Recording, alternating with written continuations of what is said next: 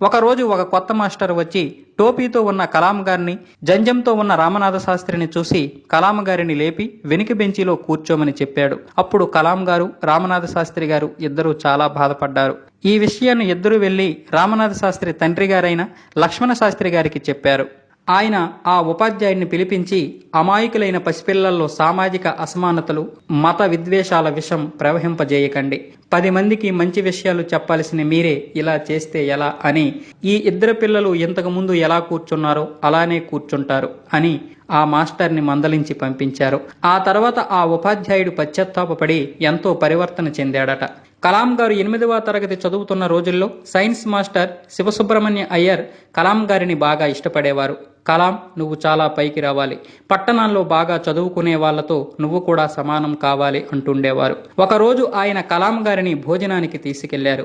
తన స్వహస్తాలతో భోజనం వడ్డించాడు.